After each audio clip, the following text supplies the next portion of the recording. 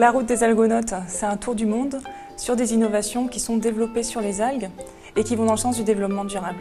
Alors, la première phase du projet a consisté vraiment en un voyage de prospection autour du monde à la rencontre de ces acteurs, ces personnes qui vont travailler avec l'algue pour matière première, qui peuvent être des chercheurs, des professionnels, des associations, des ONG, et qui utilisent l'algue comme matière première pour innover, chercher des solutions qui vont dans le sens du développement durable.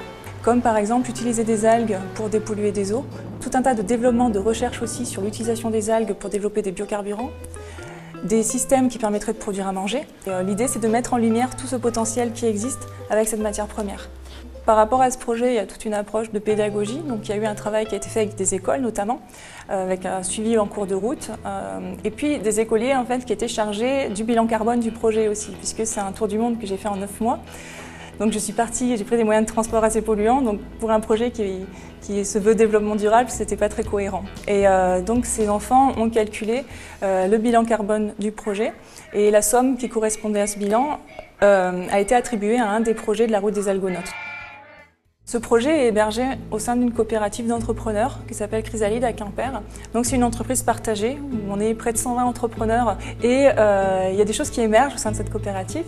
On est en train de créer un laboratoire de recherche-action coopératif, c'est-à-dire qu'on réunit à la fois des chercheurs qui ont une formation scientifique et puis des acteurs, des entrepreneurs de terrain.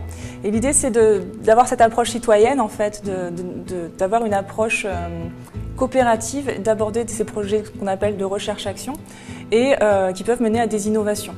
Donc la création de ce laboratoire qui s'appelle le Laboscope, Scope pour coopérative, c'est de l'innovation sociale aussi. C'est se positionner comme laboratoire complémentaire de ce qui peut exister dans les structures institutionnelles, puisqu'ici ça favorise finalement des rencontres improbables, comme des entrepreneurs qui peuvent être créateurs de bijoux, ébénistes, et puis qui vont appréhender des biomatériaux, appréhender des approches en cours de développement en recherche, ce genre de projet, et donc inclure aussi à la fois les sciences humaines et les sciences exactes, ce qui n'est pas forcément évident dans la recherche académique par exemple.